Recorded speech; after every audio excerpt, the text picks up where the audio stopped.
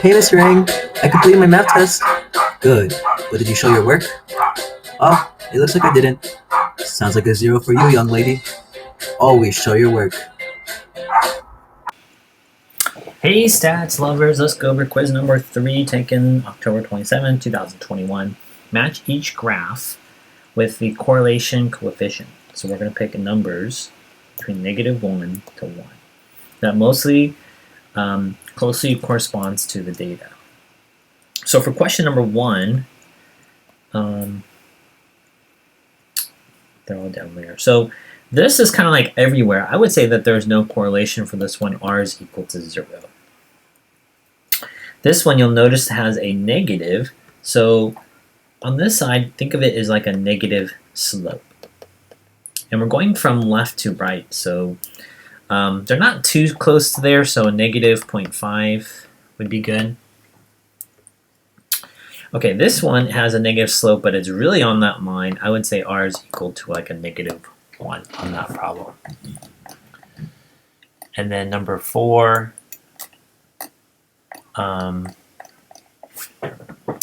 you have a positive here. So let's see, this one. They're not exactly on the line, but they're close enough, so I would say 0.9 is your answer. Okay, 1 point apiece. Question number 2. The researcher found that over a long period of time, teenagers who ate breakfast regularly tended to have healthier levels of body fat. Which of the following statements regarding this finding is true? Okay, so I always like to have a visual, so I'm going to draw a silly visual here. A scatter plot. I'm going to call this breakfast. And I'm going to call this from 0 to 100 pounds. That's why I found it. Isn't that kind of silly? Okay, so, and then we'll call this over here body fat percentage. And body fat, you want to have lower the better. So we'll call that there 0%. So for example, if someone ate, teenagers who ate breakfast regularly, so 100 pounds, are they going to have a higher body fat percentage or a lower one? It's going to be like this. And I'm guessing that, this one over here is that, you don't really eat breakfast until your body goes into this, I don't know what it's called scientifically, but it says, oh, I'm not getting any food or energy, so I'm just going to burn whatever is in my body very slowly until I get more food. So let's go ahead and take a look at each of these responses. Eating breakfast regularly causes a teenager to have less body fat. Remember, here's the red alert word. I'm going to put that in red. The word causes. Okay. And so we can't show cause and effect. But we can show a correlation, so not A. Okay, let's look at B. Not eating breakfast regularly causes teenagers to have unhealthy levels of body fat.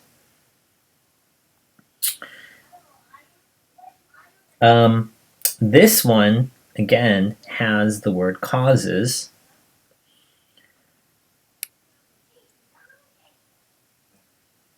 And we can kind of say the same thing. This one, they picked B as the answer. Not eating breakfast, so kind of like at a 0, causes teenagers to have something up there. I would say that's generally true. Let's go back to A. Eating breakfast regularly, so if you ate 100 pounds, causes a teenager to have less body fat. They tended to have healthier levels, so lower percentages. I think that one's kind of true too. Let's look at C. There is a correlation. Let's change colors. There is a correlation between eating breakfast regularly, so I like the word correlation, and the level of body fat. Okay, I like this one. And D. Eating breakfast regularly is both correlated to level of body fat and causes a healthy level of body fat. Like that one, don't like that one. So not D. So they chose the answers are B and C.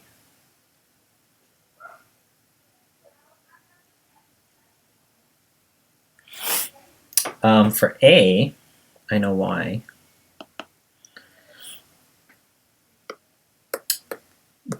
It says they tended to have, so it doesn't necessarily mean they will have lost body fat, so I agree, no. And then not eating breakfast regularly causes teenagers to have unhealthy levels of body fat. I think that's okay. So the two answers on this one are B and C.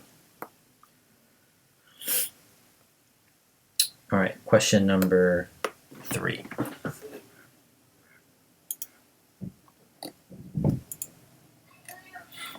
The graph below shows the age of employees in a company and the average salaries of that age. So this is measured in years. So this one is someone who's 20 years old, or this one is 25, and they have 30. Salary measured in thousands of dollars.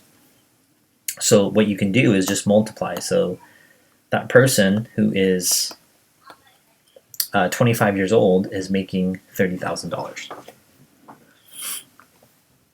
Based on the graph, indicate whether each of these 3 statements below is true or false. Okay, so it has 3 statements. There's a fairly strong meaning if I drew a line, I actually know how to draw a line now on this thing. If you kind of do your best to go through it, line of best fit, we'll call it, you can kind of make it straight.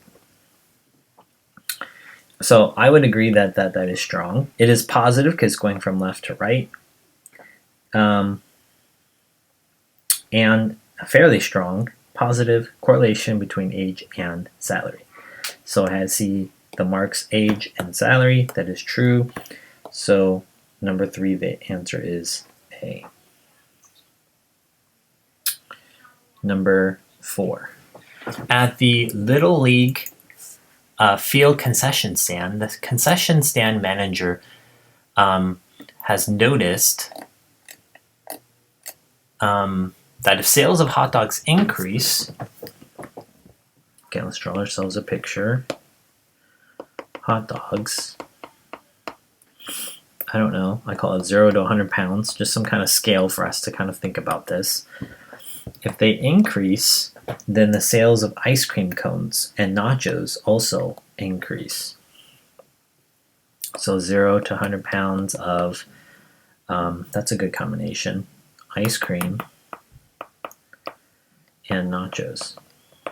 Okay, so if hot dogs increase in this direction towards 100 pounds, then ice cream also increases. So something like this. Okay, it's just a visual. Determine what type of relationship exists between these items. Sales of hot dogs and sales of hot dog buns. Okay. Well, when you get a hot dog, it's going to have both a hot dog and the bun. So this way I think would be a strong relationship. The type of ice cream someone chooses and how many chips are in their nachos. These are independent of one another. Hot dogs and the buns would be a dependent. That's why it's a stronger relationship. Sales of hot dogs and the amount of stale chips that are stale. Those are independent, so a weak relationship. The amount of people at the game and the amount of food sold. Well, more people means possibility of more people buying food, so that would be a strong relationship. 1 point each.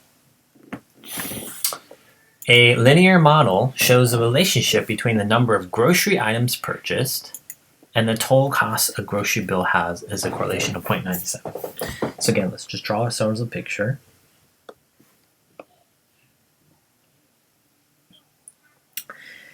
And the first one is grocery items.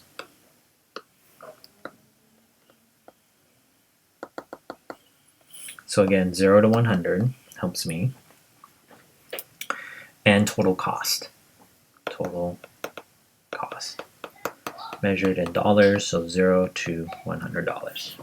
Which of the statements of the variables is true?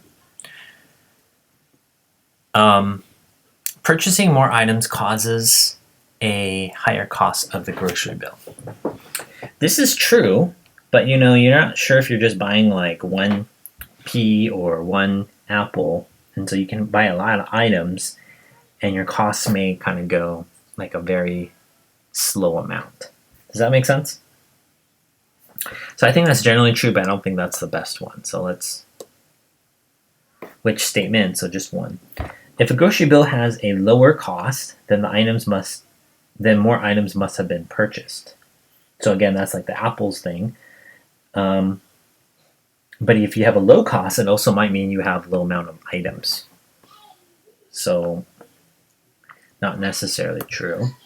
C, there is no relationship between the number of items purchased and the total cost of a grocery bill. I think there is a relationship. It could be all over the place, but generally, if you bought like say 10,000 items at Costco, Sam's Club, Walmart, generally your bill is going to be higher. And let's look at the last one here. There is a strong relationship between the number of items purchased and the total cost. I would agree on this one. So our answer is going to be D.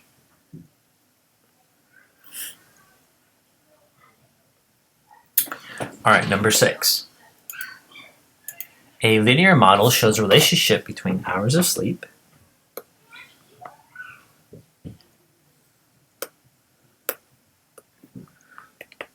sleep measured in hours, so 0 to 100, and self-reported fatigue. So it just means tired. So this means more tired, and that means less tired at 0. Okay, so then it says has a coefficient of negative, something like this, right? Something like that. A negative number, which means if you have, to help you explain that, if you have like 1 hour of sleep, because my kids kept coming out of their bed, then you have more fatigue. Does that make sense? But if you have 100 hours of sleep, then you have less fatigue. Which statement about the variables is true? Choose all that applies, so you can have more than one. Sleep causes fatigue. No. Sleep, wait. I read that wrong. Sleep causes less fatigue. So more sleep, less, that is true. Sleep causes more fatigue. That would be that relationship, so no. There is a strong positive relationship between sleep and fatigue. So I would not say positive because it has that negative sign. There is a strong negative, so there's the symbol for negative, between sleep and fatigue. That one I agree with. And there is no correlation. So this would be an R value of like 0, right? No correlation. So not this one. So our answer is going to be A and D. So happy I figured out how to use straight lines now. All right, number 7. In each of the following settings, show which variable should be the explanatory variable and which one should be the response variable. Then classify each variable as categorical or quantitative. The handedness of a pitcher and an opposing hitter's batting average. Okay, the handedness of a pitcher is either left-handed or right-handed. And let's just first, is that categorical or quantitative? Categorical is mostly letters, and you can take, I'll say no average. Quantitative, you can take the average. Most of the time they are numbers, so this would be categorical. Okay, which one causes the other? Someone who has a high, if let's just say like I'm the best baseball player, and I have a high batting average, means I have a higher chance of hitting the ball. Does that explain how the pitcher's going to either go right-handed or left-handed? No, they were born that way, right? So that means this is not explanatory, it's the response. And an average, 0.375 batting average means you have a 37.5% batting average. And the handedness of the pitcher is your explanatory. I think it's like right-handed pitchers do poorly against other right-handed batters. I don't know if that makes sense. Okay. And the last one, number 8. Based on the scatter plot, is this the last one? Yep. Shows the time spent playing a video game and the number of points scored by several students. So time and then number of points scored. Based on the scatter plot, which is the prediction of the number of points scored by a student who spends 45 minutes playing the game? So I can just go to 45. I don't know. I would say something around here. You can kind of just put a line through it. I didn't do a great job, but something close. So I think that'll be something like maybe 1,200 points. So I would say,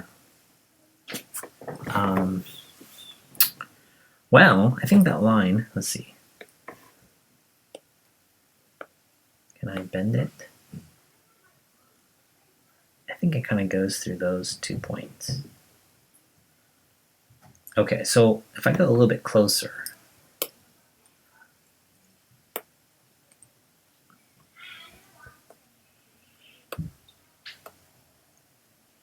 I think it's below 1,200 points and above 1050. So no, and that would be C is the correct answer. So number 8 is C. Hope these corrections were helpful for you guys. We'll see you later. Bye.